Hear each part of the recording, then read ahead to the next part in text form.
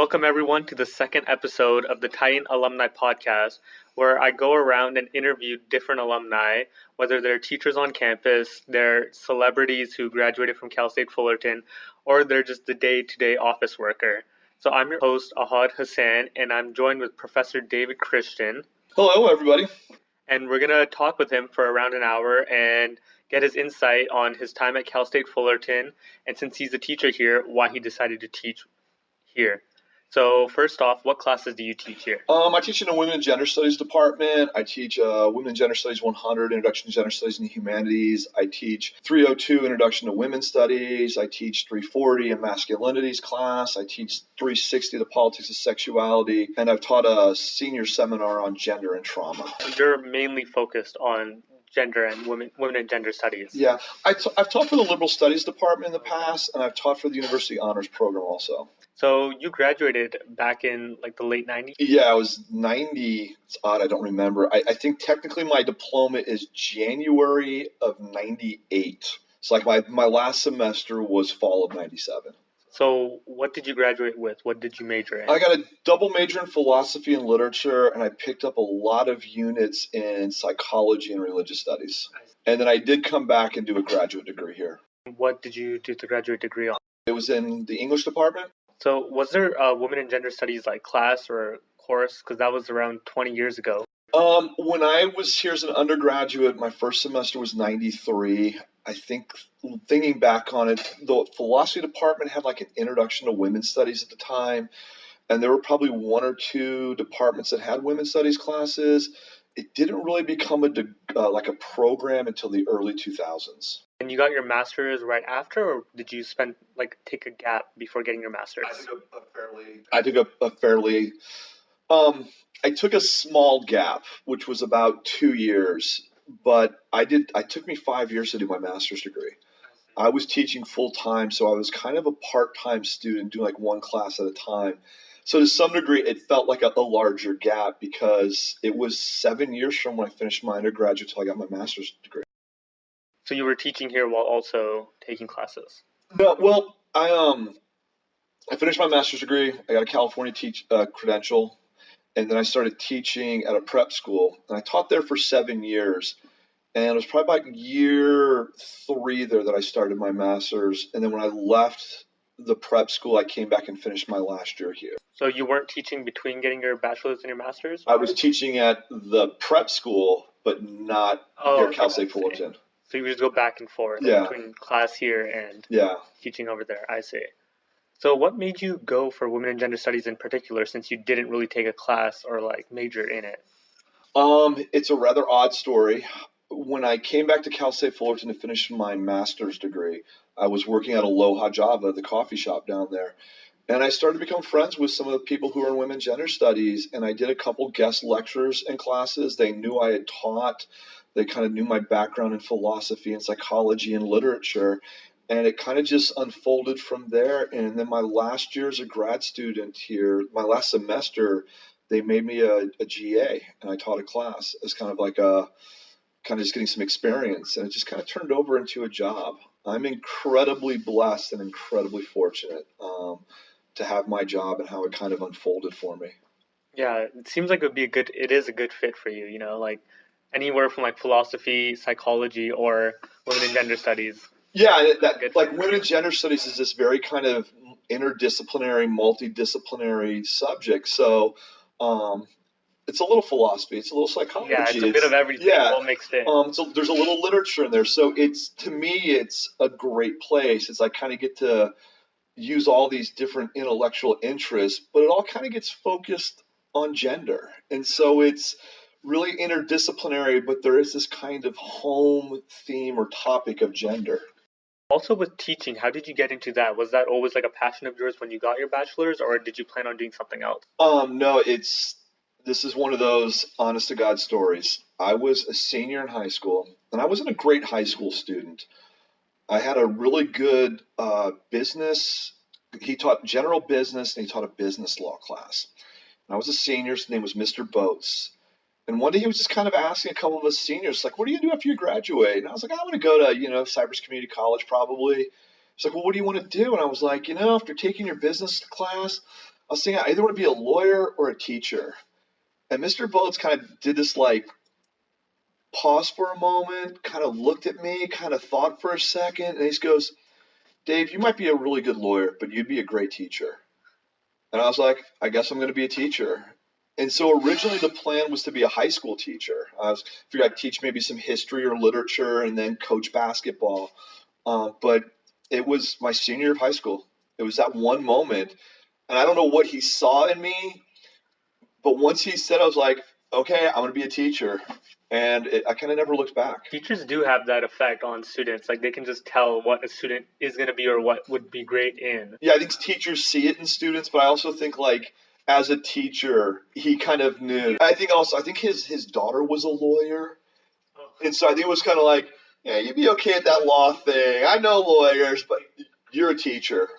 And he was right. It's what I was meant to do. Yeah, law is more like straightforward, not as open-ended. While teaching, it's more laid back. You can communicate a lot more and a lot more passionate feeling in it, which is what you do as a teacher. Oh, thank you. Yeah, I think there's probably a personality type for teachers. And I think you maybe just saw that. So what made you teach here specifically instead of like another or high school or another college? I think part of it was just opportunity. When I left Fairmont Prep Academy, I know I wanted a little time away from teaching, but my idea was I'd always go back to a high school.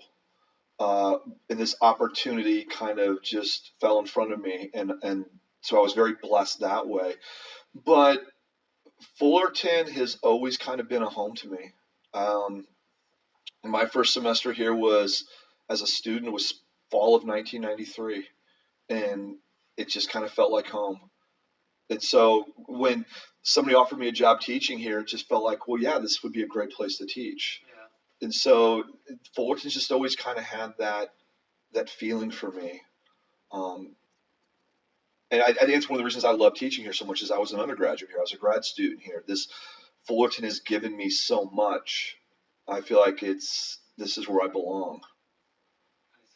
So I think even if another college job was out there, I would rather be here. About high school or middle school? One of the great things about my job is there's an academic freedom on a college campus. There is more of a kind of a life of the mind on a college campus. I do miss teaching high school from time to time, but there's just something about college teaching that's just, for me, it is the greatest job in the world.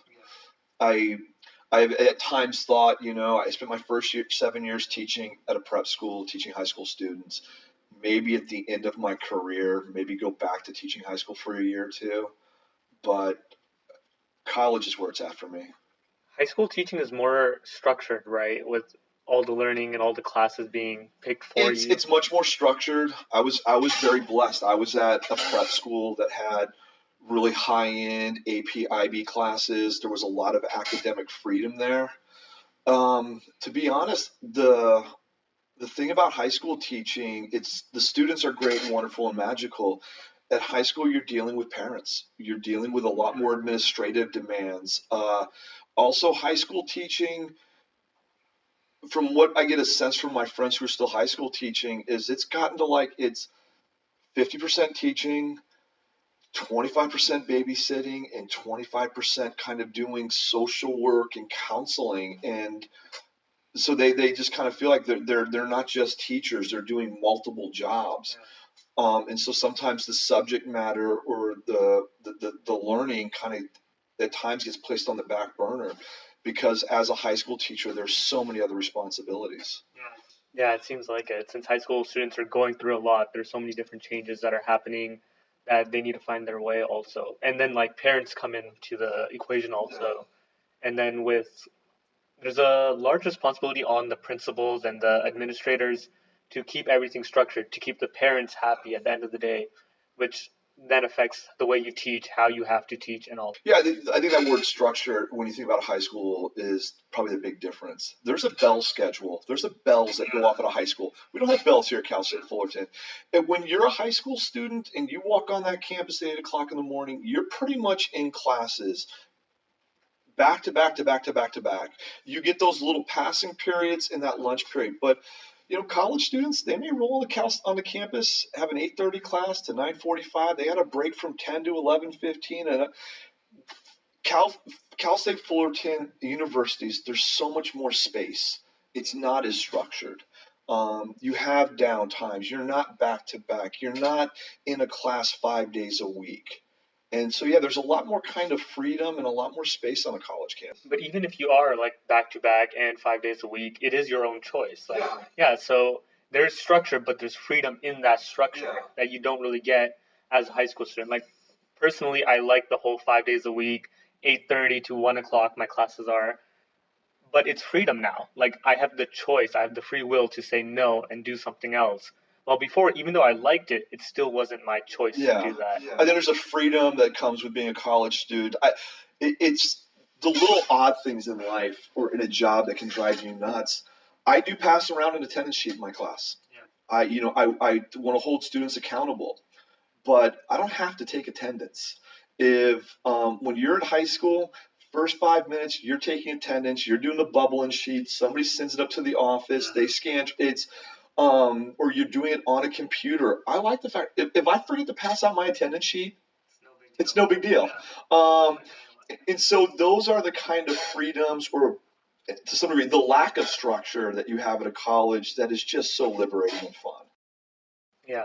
So even from like a teacher's perspective, it's because you get to choose like what time your classes are, right? Or I get some saying that, but as a college instructor, you're not with a class 5 days a week. You're with them 2 days a week.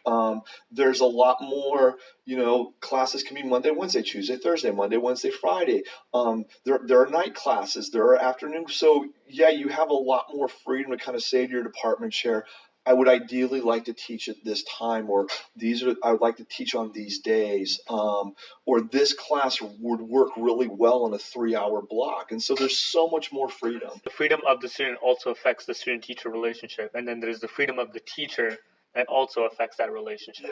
Yeah. It's odd. I have friends, like I said, who are high school teachers, and sometimes I'll be like, hey, so what's going on? What are you teaching this week? And they're like, standardized state testing. I don't ever have to worry about those things. I have freedom in my department. They give me, here's this many days that you're meeting with them for this much time. You got to cover this subject matter, but go do it. And there's freedom in that. It is, yeah, a lot more freedom. Now that I'm thinking about it, that even though it's a small change, like it's not that high school students are younger and then college students are older, because it's 18 and 19 at times where it's like a senior and a freshman. But just the freedom that they get and the responsibility that is put onto them, that we trust you to do whatever you think is best. Now go on. I would make more money if I went back to teaching high school. But I'm one of those people, I'll sacrifice some money for the freedom. And that to me that's a gift that Cal State Fullerton has given me. And like I said, there is part of me that would love to maybe go back and teach high school one day. There is, just like there is something you gain at Cal State Fullerton or being a college professor, there are other things that you actually lose. When you're and you're teaching high school and you're with your students 5 days a week for 50 minutes a day, and you have them for a whole year, 180 days, you build relationships and connections with those kids. When you're a college teacher, you can plant some seeds and you'll see growth over the course of a 16-week semester. But when you're a high school teacher, I remember getting kids like the first day freshman year English class and having to just do like a little in-class writing, and then seeing where their writing was at the end of their freshman year, and just to see that growth and that progress. You don't really see that as a college instructor. And then especially being at a small high school like I was, where I would have kids their freshman year, I haven't get their senior year. Yeah, that's what I was about to say, that you teach like multiple classes back to back. So you have students for 2, maybe even 3 years. Yeah, and I had a handful of kids that I had all 4 years of high school. I had them for like English 1, college writing. I had them for English 2, literature. I had them for AP psychology their junior year, and then I had them for philosophy and religion their senior year. And watching those kids graduate, it's to have a 4-year relationship with a student, to see them as freshmen who really don't even know how to think and write, and then to watch them graduate and to see their analysis, their thinking, how they've matured and grown as a person, and to like watch them like walk off like a high school stage graduating, and if that kid's going off to Stanford or Princeton or Harvard or UCLA or Cal State Long Beach, and to see that growth over 4 years, you don't really experience that as a college professor. It's not even that you see it, you are a part of it. You shape them the way they are, even if it's like small, minute things like your own professor. You're talking about Mr. Boats, right? He shaped you, even though it was a small thing, just a suggestion. And that you know, thumbprint. There are days where I'm teaching and I will say something, and it's something I got from Mr. Boats. There will be days where I will say something, and it's like, that was Professor Cooney. There are days that I will say something, that's Dr. Coon. Like my professor's fingerprints are all over me as a person, but also as a professor. When students are like, "Hey, Professor Christian, you're a pretty good teacher. Where did you get it from?" And was watching really great professors and really great teachers. And so that, especially as a teacher, the impact that educators had on my life, I see it every day in my life. And it's not even just like the thumbprints that they put onto you, but it's the thumbprints that are passed down. Because that one thing that they said to you, it probably came from someone else also, and just kept passing down. Yeah, and I know that I've probably had students that are going to go into teaching, and one day they're going to say something like, I'm kind of imitating Professor Christian there. And so, it's the passing on. And that's one of the things I love about my job is that passing on. I'm sure people have that experience at work, but I don't know if like my dad working at McDonnell Douglas designing planes had that experience. Where it's not as much. Yeah. Also because like over there, everyone's a coworker, or the biggest difference would be a boss and an employee. But here it's a professor versus a student. There's like 50-year differences between the student and the professor. And there's just a whole lot of knowledge that is different between and it's a sense of like parenthood sometimes. Like we could see how our parents are as influential on us as our teachers are, especially since we see our teachers probably more than our parents. Yeah, at times I think as students especially get to college and you're no longer living with your parents, or you've moved away to go to college, and educators can have a really important impact on people's lives. And that's the other reason I love my job is there is a wonderful feeling of watching students grow and mature, and to kind of know that you're playing, although it's a minor role in their lives, but you are kind of playing a role in helping them come of age intellectually, come of age as an individual, but also that you're helping them build their dreams, whether it's they want to become an engineer, or they want to go into business, or they want to go into the health field, that you're helping somebody build their dream. There's something magical about that you don't really see if you work with someone or a coworker with them, or even just like talk to them on the street. It's not the same as like a teacher and a student. And we were talking previously about how you have a lot more connection with high school students. It's not even just like the year that you have with them. Even if you had a year with a college student, you're dealing with maybe a class of like our classes of 40, or other classes go into like the 100, 200, while high school classes are 20 to 30. So it's around there. I was at a small prep school at Fairmont, and I had classes of 8, 12 students. I mean, I think some of my AP Psych classes there, they might have gotten to the low 20s. But yeah, when you have when I had a group of seniors like in a IB philosophy class, and there was like 11 of them in there. The conversations and the connections and having them every day, there's just intimacy and a connection that forms there. That's so. I was also an IB student, and as the years went up, on our like last year when you're in the IB math or IB physics class, there's 20 of us in there, and even though like my freshman year class would be like 35 aroundish, but then you end with 20 in a big classroom, and there's a lot more like communication, a lot more lighthearted.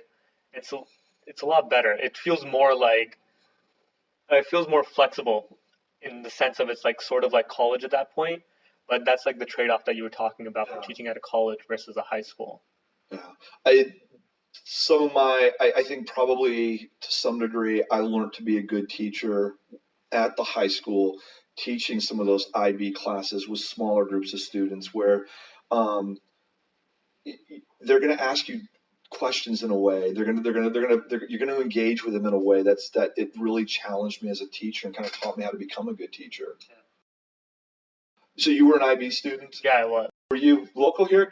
Corona, Centennial High School. Okay. Yeah. Great high school, good IB program. Yeah, it was pretty good. I spent 4 years there, and then it's also the relationships that students build with their friends, because as the years went on, the people who dropped out of IB, it's not like I'm not friends with them anymore, but they slowly started to fade away as the years went on. But then, like our final year, everyone there, like we're in a big group that we all know each other. We're all cool with each other. We all have each other's numbers and everything.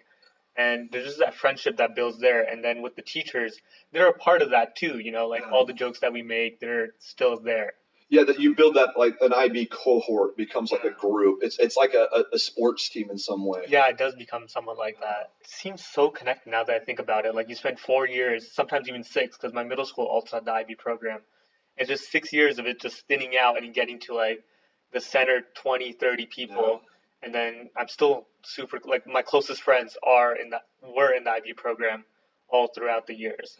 That's kind of what I experienced in high school playing sports. As you started, I was at Lexington Junior High, we played basketball, and that kind of group of guys, we kept playing basketball. The same people who stayed all the years. And it get closer with them. It forms there's a coming together over that just time. Just a cohort of you guys. Yeah. You guys, people will come in, people will come out, but the few of you guys who stayed all throughout, you guys are just like rock solid. Yeah, and it's just like almost like as we're talking about this, I'm thinking maybe I should go back to teaching at the high school level because there is something sacred about that. We've moved very far away from Cal State Fullerton. We've been talking about high school now, so no, but it's good just to like hear where you came from and like how it shaped you to become who you are. Yeah, it's odd. I just went to my 30th year reunion, and one of the questions that just talking about it with friends and actually talking about with some of the people I went to reunion with is why do we do reunions for high schools? And I think part of that is because those 4 years and what happens and being a part of a graduating class, there's something special about that. There's something that does really kind of impact your life in a different way, because we don't have like 6th grade class reunions. We don't have like middle school reunions. And Cal State Fullerton may have like a general, like a homecoming where it's a welcome back to campus. Or like all alumni. Yeah, all alumni. But you don't have like the Cal State Fullerton, the class of 2021 reunion. It's like 12,000 people, So when you're in a high school class, even though it may be 700 people, there's something that happens in that space. But even if it was the 12,000 people who came in to graduate at 2021, people graduated early, people dropped out, and some people are still in college. Yeah. Before like they graduated, now they have to go with the class of 2022 that some of them, they barely know each other. So high school, it's like a rare case where someone would take 5 years to graduate. Like you were you taught like a really, it seems, well-off school. Yeah. So I doubt there were many cases of that. So it's like the people who started freshman or even middle school together, elementary even sometimes, they're graduating after 12 years together. Yeah, I moved into Cypress in about 4th grade, and I graduated from Cypress High School. So by the time I graduated from Cypress High School, I had spent, 7 or 8 years with some of these kids, whether in elementary school. There were people I graduated high school that I played on little league teams. And so that kind of community building, even like some students who came in sophomore year, in those 3 years, they became part of that class. Yeah. So there is something meaningful about that. That I don't think you recapture at other places in your life. You could never get that back or find it somewhere else. But even when there are positives there are a lot of negatives that could happen too. And it's just surprising that in 4 years it shapes quite a bit of your life. Oh yeah. And that's the thing is, at a 30-year reunion, you quickly find yourself talking about these things that happened 32 years ago. Like, remember sophomore year we did this, or remember junior year? And it's like, it's all comes back to you. Yeah. In a way that I don't think I had those experiences that were that kind of shared and grounded and vivid when I was in high school and when I was in college. Yeah. It's odd working at a high school with the people I worked there at the high school, with the other teachers, we actually kind of have that language. It was almost like being on a high school as a teacher, you kind of find that again. You recapture that in a really odd way. It's also the structure that forces you to do that. Yeah. It's like in college, even though some of I have some close friends here, I might see them once a week, maybe once every 2 weeks. But high school, even if I hated someone, I have to sit in class with them for the next 4 years, 8 hours a day, right? They're sitting across from me type of thing. So the structure really builds, and I just noticed you said 30-year reunion. So you're still coming back 30 years afterwards. It's not like it was just a 10-year and it was done.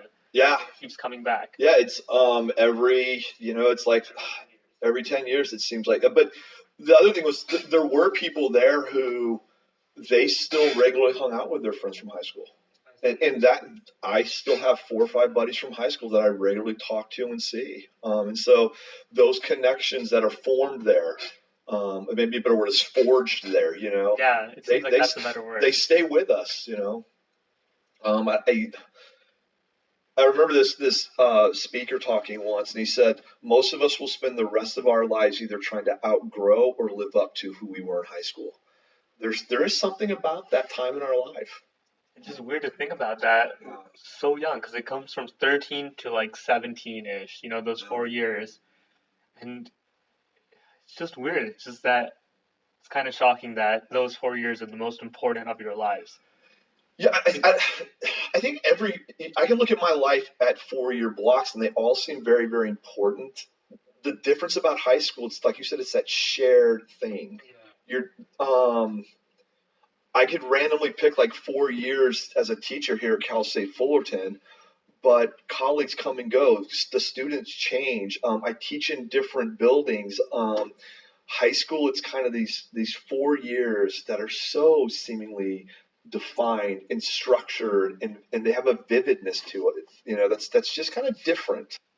It makes me wonder, what if high school became more laid back, more open-ended? Wonder how that would change, the whole communion part of it, because that's mostly what it is. So even though I've done more in 2 years at Cal State Fullerton than I did in 4 years in high school, I've changed more, I've learned more, I've done everything. It's still that shared experience in those 4 years that make it unique compared to here.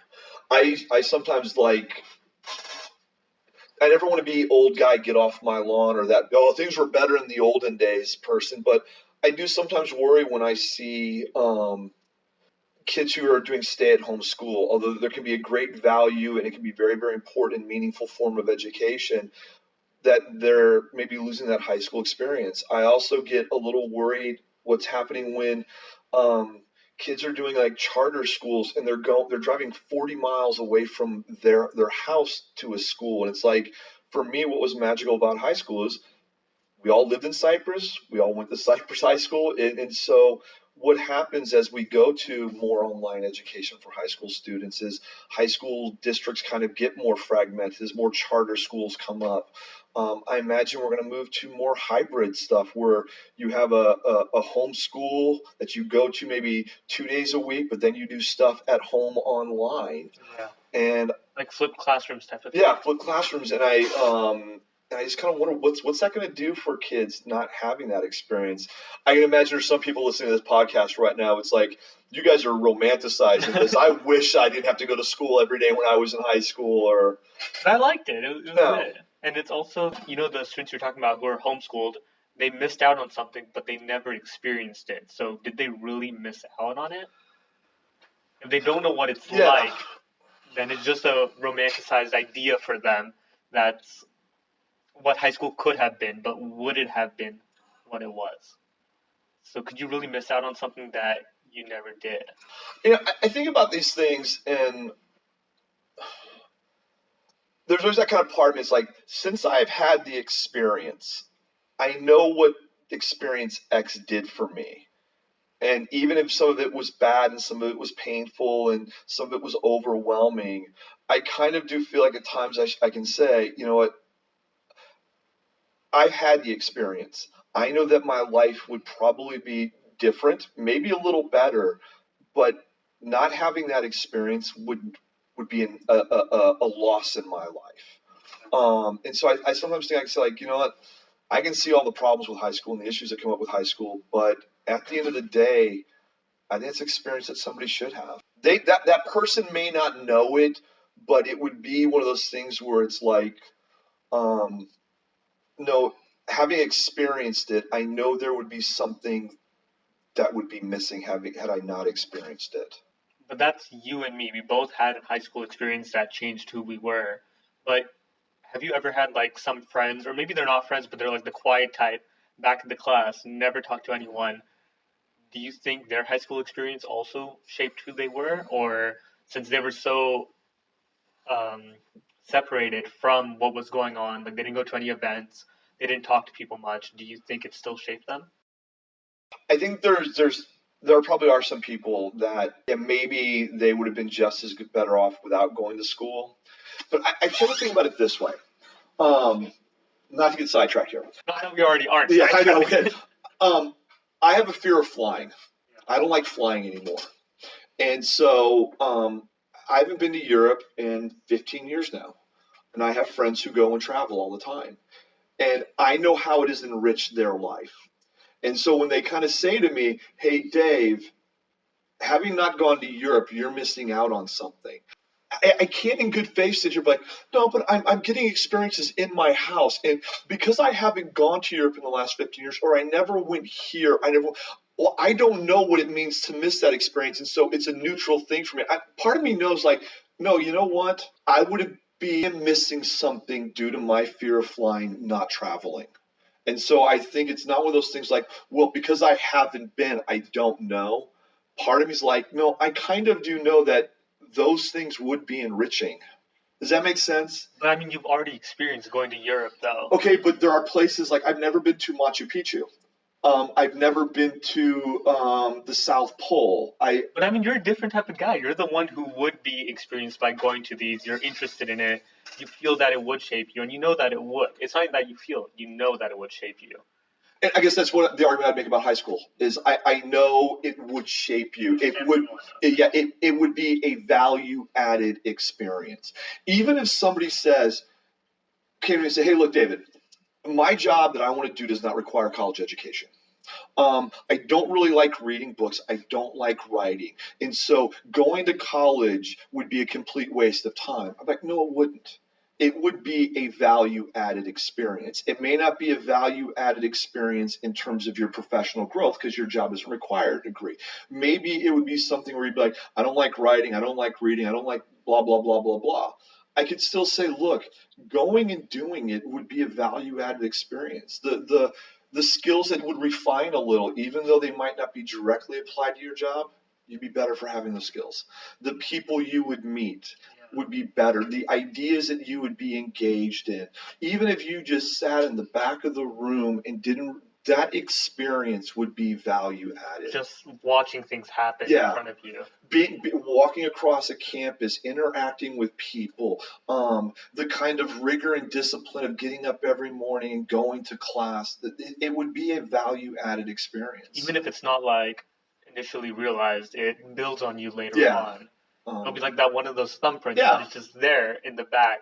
And then when it happens again, you could think back to, oh, this did shape who I was. Yeah. It might not be that, oh, I graduated, that did nothing for me. But over time, then hopefully then do something positive. I even say kind of things like, I don't like Brussels sprouts. I kind of know this about myself. But when people say, Dave, I made Brussels sprouts, they got jalapenos and bacon in it, I'm like, I'll try it. I don't like Brussels sprouts, but I'll try it. I've even tried to cook Brussels sprouts. Honey and sriracha, that's the Brussels sprouts combination. I try it. I kind of know I don't like Brussels sprouts. I've tried them like 50 different ways now, and I've never found a combination where I'm like, that's a good Brussels sprout. But you still keep trying. I keep trying. And even if the value is the reinforcement that I don't like Brussels sprouts, I still keep trying. So I think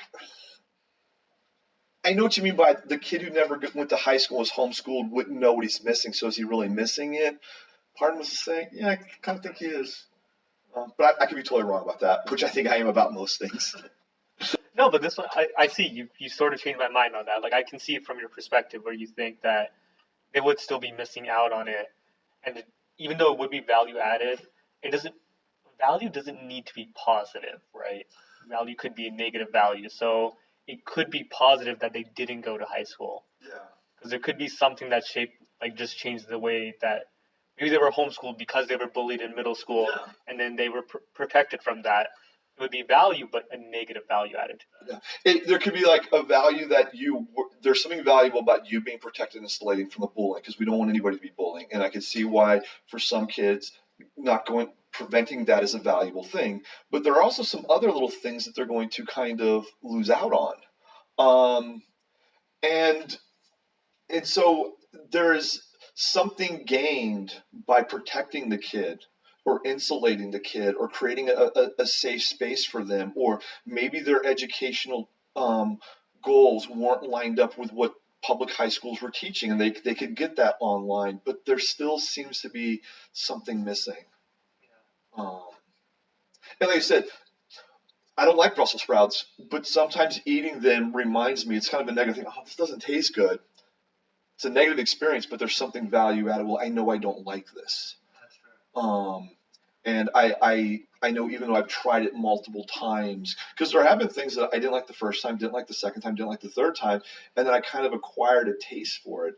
I didn't like coffee the first time I drank it. Now I'm a religious coffee drinker. Yeah, but I was adamant against hating tomatoes. Always did that, but then they forgot to take out the tomatoes one time, and I just ate it. I've eaten it a few times. I just never liked it, but then this time I was like, it's not too bad. I'm still like, it's a dislike now. It's not like a hate that I used to have, but I'm getting better at it. Hopefully it will get better. It makes the burgers a bit fuller, so it looks nicer. You know, it's funny.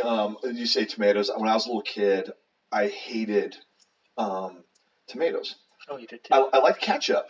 I love ketchup. It's all the sugar. Yeah. Oh, is it? Yeah, it's all the sugar they put in ketchup.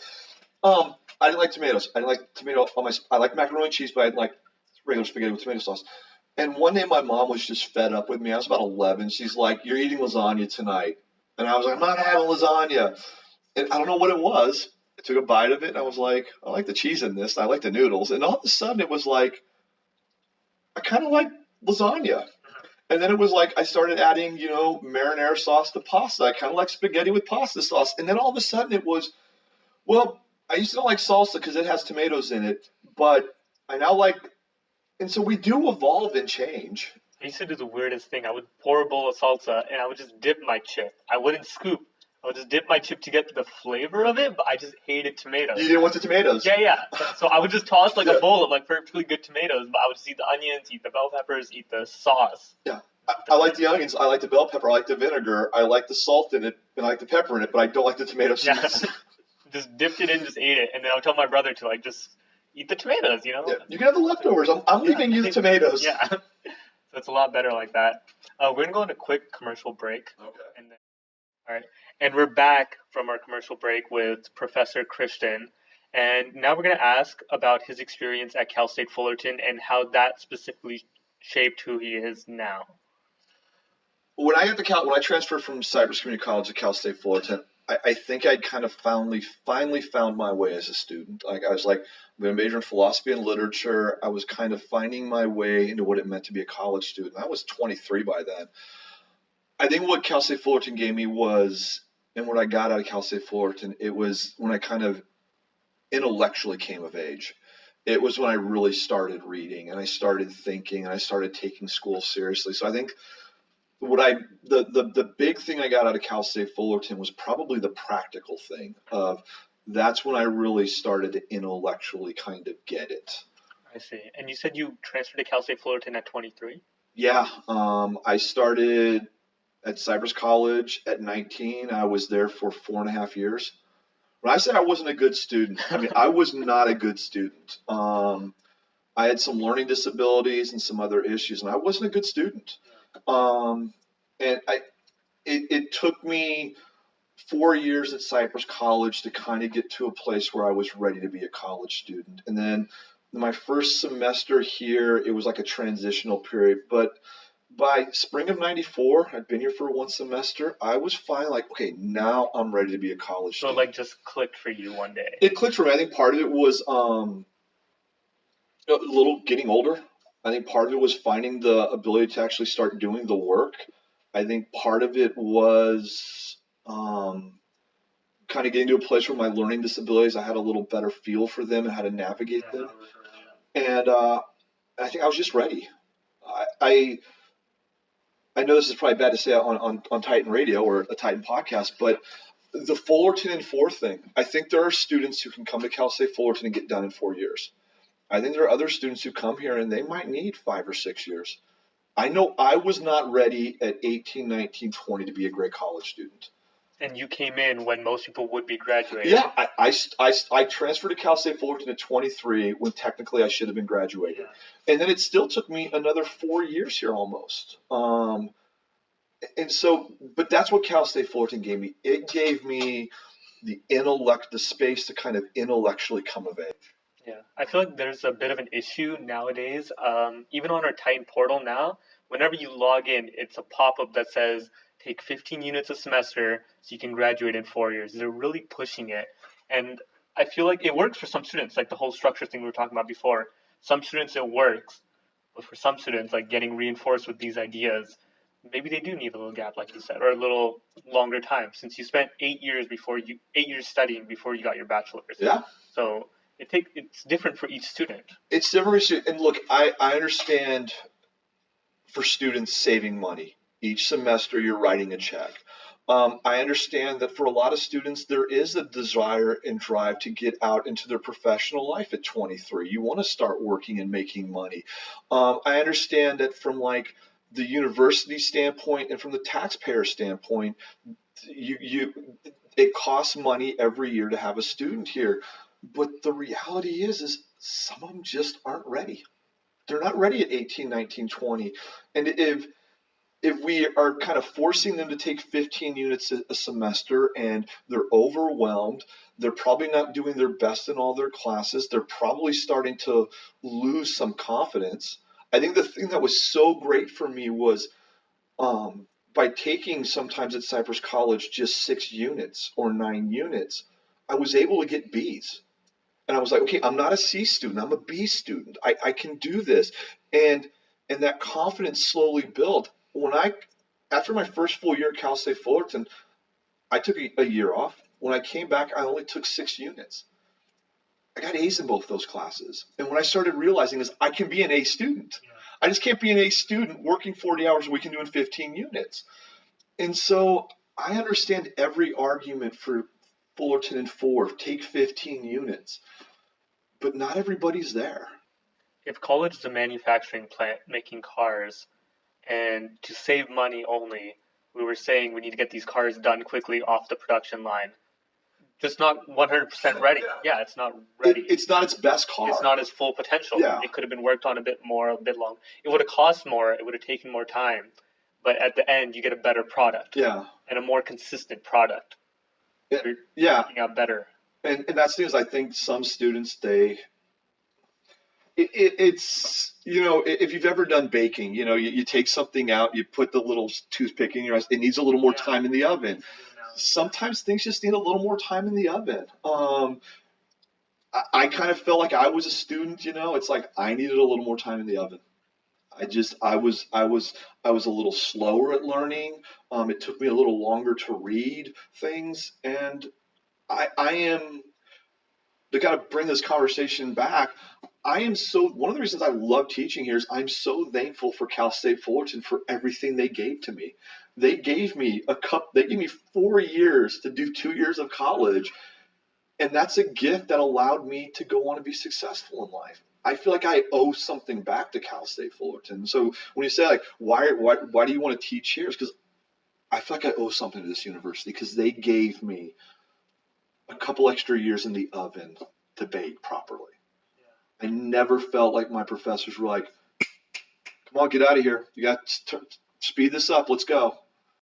If it was like that, I feel like they might be moving a little more towards that. I don't know I don't have research on how much they were pushing students to graduate in 4 years.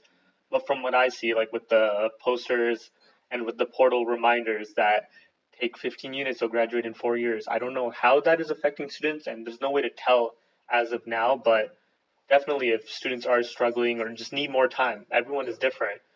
you can't just tell people to graduate in 4 years because that's what you want them to do. I think there's a virtue to kind of saying students, hey, you can do this. There is a good side to that. And I think part of it is also, high school is your freshman, sophomore, junior, senior year, and we do it in 4. And I think there's this idea that you kind of want college students to think freshman, sophomore, junior, senior year. And to kind of to think that way, there's nothing wrong with that.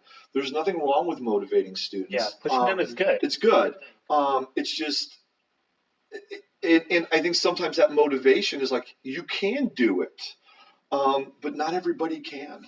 And I think the other thing is, not everybody can do it if they're also working a 40-hour-week job.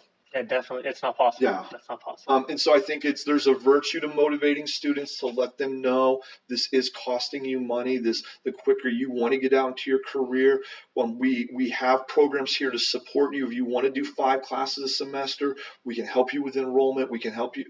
It's good, but some students, that's not where they're at. Definitely, they should promote it. That's saying it will help you in the long run. Just to encourage people. It's always good to students with grades. You want to tell your students they can get A's and all that, but sometimes you be realistic and tell them you don't need to burn yourself out. You don't need to strive too quickly. If you get a B, it's okay. It's not the end of the world. If you take 5 years, not the end of the world. We'll work on it. Yeah.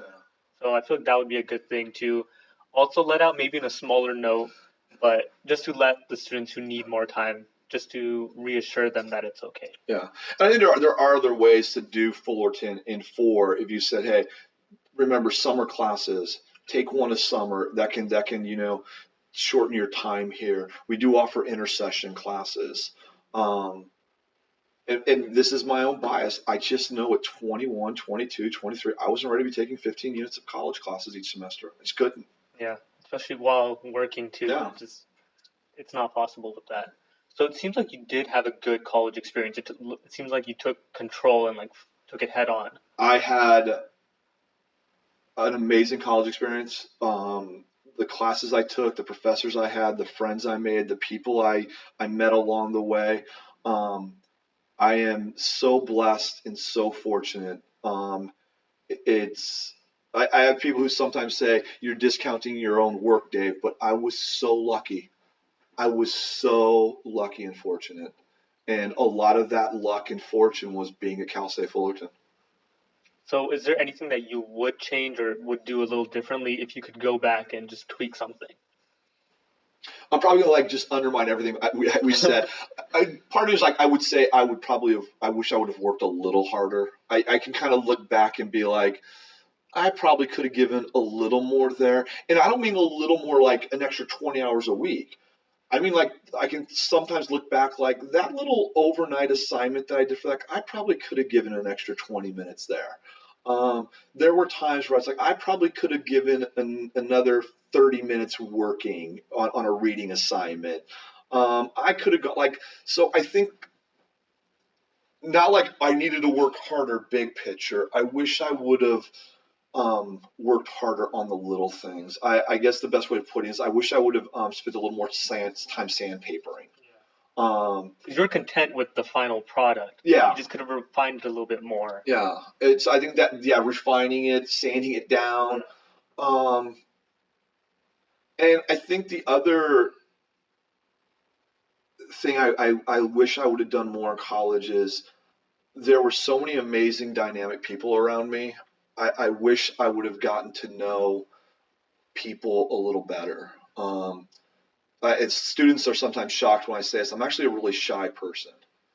And I wish I would have taken a little more courage to meet more people. There were so many amazing dynamic people in my classes that I was either afraid to go talk to, I wasn't in the right headspace or something. So I wish I would have gotten to know people more. And I think that's something when I walk into classes and I see students on their cell phones. I understand there's a great value in texting your friends, or maybe you're texting your family, or you're staying in but sometimes I'm just do you people have any idea how many amazing, dynamic, awesome people are sitting right next to you and you aren't talking to them? And the other thing is there's a wealth of knowledge of just people who have taken other classes. Hey, take this class. It's really cool. This instructor's really great.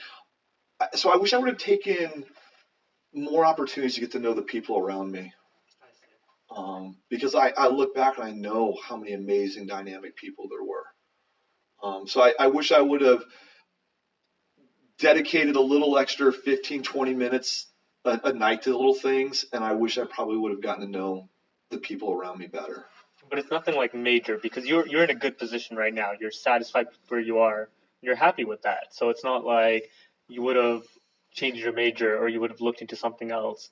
Nothing big like that. I think if I had to think about a big one like that, and this was probably because I struggled academically, I got a degree in philosophy and literature. And what that did was that kind of narrowed a 20-lane freeway down to a 3-lane freeway. It's like you're kind of going to be either teaching or doing kind of something. Part of me kind of, if I could maybe go back again and do it, I'd be like, maybe I would have been a math major and a philosophy major, or maybe like a broader. Yeah, maybe I would have been like a business major, or maybe I would have majored in philosophy and literature, but got a minor in business instead of kind of taking these other kind of humanities classes. Major in business and philosophy and minor in literature. Yeah, so like that. I think part of the problem was I knew I wanted to be a teacher, and so, but kind of looking back, after I left Fairmont, I went through this really brief window where I thought about becoming a physician's assistant. I thought it would have been something I would have been good at. I kind of this little like early 30s love affair with like science and stuff, the philosophy of science. And I actually looked into it and I was like, I have to go back and take this, and this. And so part of me was like, why didn't you just kind of work a little harder in college and get a minor in science? And so I think I would have a broader spectrum of educational experiences. And that kind of ties back to where I'm like, hey, students, spend an extra year here in college and take a couple more classes and broaden the horizon a little. Getting a minor in something, it really changes like the way you see things. It also like lessens the workload in your major. Like instead of just going so I'm a comp sci major, so just going straight for comp sci, right? I'm taking a math class right now since I am minoring in math. So it helps like ease the whole comp sci mindset. It lets me take some breathing room and like spread my legs a bit, Yeah, and for you, that like in one day you woke up and you're like, I want to go teach high school math. You got the minor kind of there. Or if you said, hey, I really like the comp science and that was really, really cool, but I've actually started to have this love affair with math and I want to go back and get my master's degree in mathematics. Having that minor there, It's not even just the minors. I already took classes in it, so I'm experiencing it. Even if I hated it, it's an experience. Yeah. It's the value of it, value of taking a class, and just even though it has nothing to do with my major, I could still take it. And now I know, is it for me? Is it just something I'd like to do on the side? Yeah. Will it change what I do? And those are the things like about broadening my experience. I wish I would have taken a glass blowing class. Like just it's something that I don't have any artistic talent. I probably would have been nervous and horrible at doing it, but I wish I would have done that. I wish I would have taken a physics class, an astronomy class. I think part of it was I was like, I'm not really good at math and those subjects, but I find space fascinating. Yeah. And I wish those are probably the two little things. I wish I would have worked a little harder, broadened my horizons socially, and maybe broadened my horizons intellectually. I see. And just to wrap it up, do you have any like quick advice that you would tell students right now? What's like one or two things that they should change right now or should do, like a general aspect? I think I have two things, and they're probably closely related, so I'll wrap this up really quickly. I think the one thing I would say to students is make peace with not knowing. Maybe a bad way of putting it would make peace with your own ignorance. When you're taking classes in college, you are almost constantly in a state of not knowing, in a state of ignorance, and it's okay. We have the word being ignorant or stupid or naive. They have such negative connotations that I think students are sometimes not at peace with not knowing. It's okay not to know. And if you're not at peace with not knowing, you're probably not going to ask questions because you're going to feel, oh, well, if I ask this question, people are going to think I don't know or I'm not smart. And the other thing with kind of not being a little peace with not knowing is I sometimes think students walk in and they're already like, well, I know this, so what's the professor going to teach me? Or I kind of have a feel for this, or my parents taught me this, my high school, and they're kind of got like these walls up.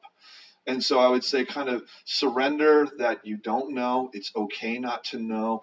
That allows you to ask questions, that allows you to kind of see the world in a different way. It allows you to open your spectrum. So kind of make peace with not knowing. It's okay. Every class you walk into, part of the reason you're taking the class is because you don't know that yet. The second piece of advice I would give students is you have to be an engaged learner. I think one of the things that happens, I think sometimes students, what they think is like, I'm in the audience and the professor's the movie or the TV show and I'm just watching it. And they think, well, if I'm falling asleep, it's because the professor's bored, or this is a boring show, or this is a boring subject. And I think to some degree, I know why students maybe think that way, because if you're sitting in a classroom, you're all sitting in chairs watching this person in front of you, you do think that this is like a TV show, but it's not. Being a student is not being somebody watching a sporting event.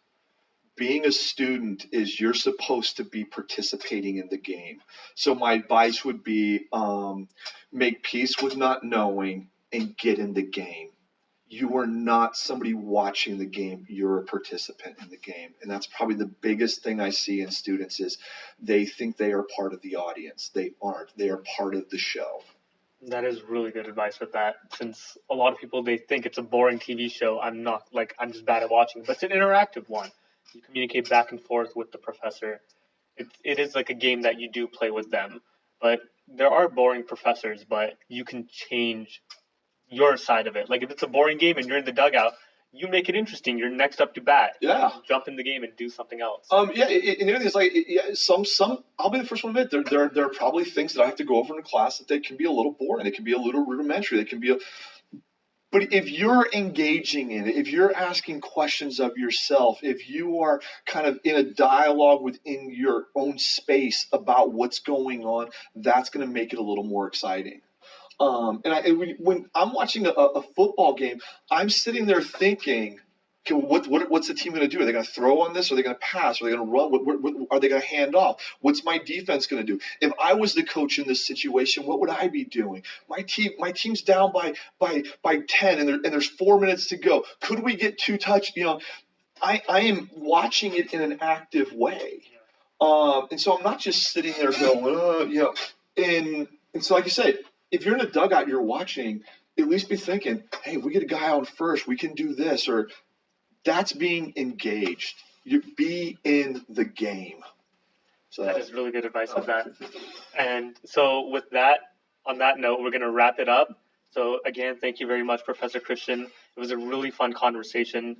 It just flowed really well, and I really like it. Even though it was a little jerry-rigged, we had to make some adjustments to get this done, but I really appreciate you taking the time and coming on here.